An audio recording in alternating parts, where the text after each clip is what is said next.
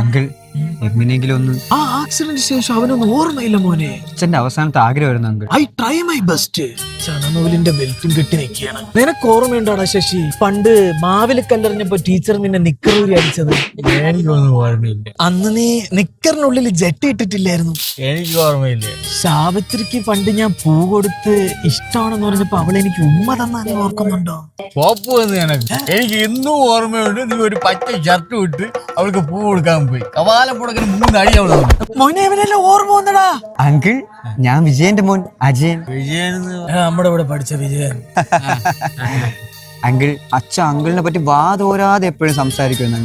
ഓ കുറേ പറയും. അച്ഛൻ മരിക്കുന്നതിന് മുമ്പ് ഒരു ആഗ്രഹം പറഞ്ഞിരുന്നു അങ്കിൾ. അതൊക്കെ അവിടെ നിൽക്കിട്ട് കാറല്ലേ? അതെന്റെ കാറാ. പക്ഷെ അച്ഛൻ ഇത് എവിടെ നിന്ന് വാങ്ങിയത്? എന്നെ എവിടെ നിന്ന് കൊണ്ടുപോയി? ശശി, ഈ ഓർമ്മയൊക്കെ വന്ന സ്ഥിതിക്ക് നമ്മുടെ വിജയന്റെ കാര്യം ഒന്നേ. നീ ഒരു ചുമ്മായുടെ ഒരു വിജയൻ. അവൻ ചത്തി.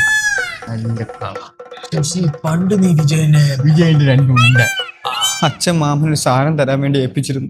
വിജയനാ? ഓ പുറത്തോട്ടൊരു തരാം മാമ. അങ്കിളിന്റെ സമ്മാനം ഞാൻ ഡിക്കിയിൽ വെച്ചിട്ടുണ്ട്. എവിടെ എൻ്റെ വിജയൻ്റെ സമ്മാനം? പാവം വിജയൻ. ഇതല്ല പണ്ട് ഞാൻ അവനെ എന്തുമാത്രം ഉപദ്രവിച്ചിട്ടുണ്ട്. പാവം വിജയൻ. അവയെല്ലാം ക്ഷമിച്ചു കാണും. അച്ഛൻ്റെ അവസാനത്തെ ആഗ്രഹമായിരുന്നു കോമ്പസിറ്റ് കുത്തിയ കൂട്ടുകാരന് ഡിവൈഡ് ഇട്ട് കുത്തുന്നത്. പന്ന വിജയന്റെ മോനെ. അതെ, വിജയന്റെ മോൻ അജയൻ. പക അജയൻ. അപ്പോ ഡിവൈഡർ ഇതിനുള്ളതായിരുന്നല്ലേ?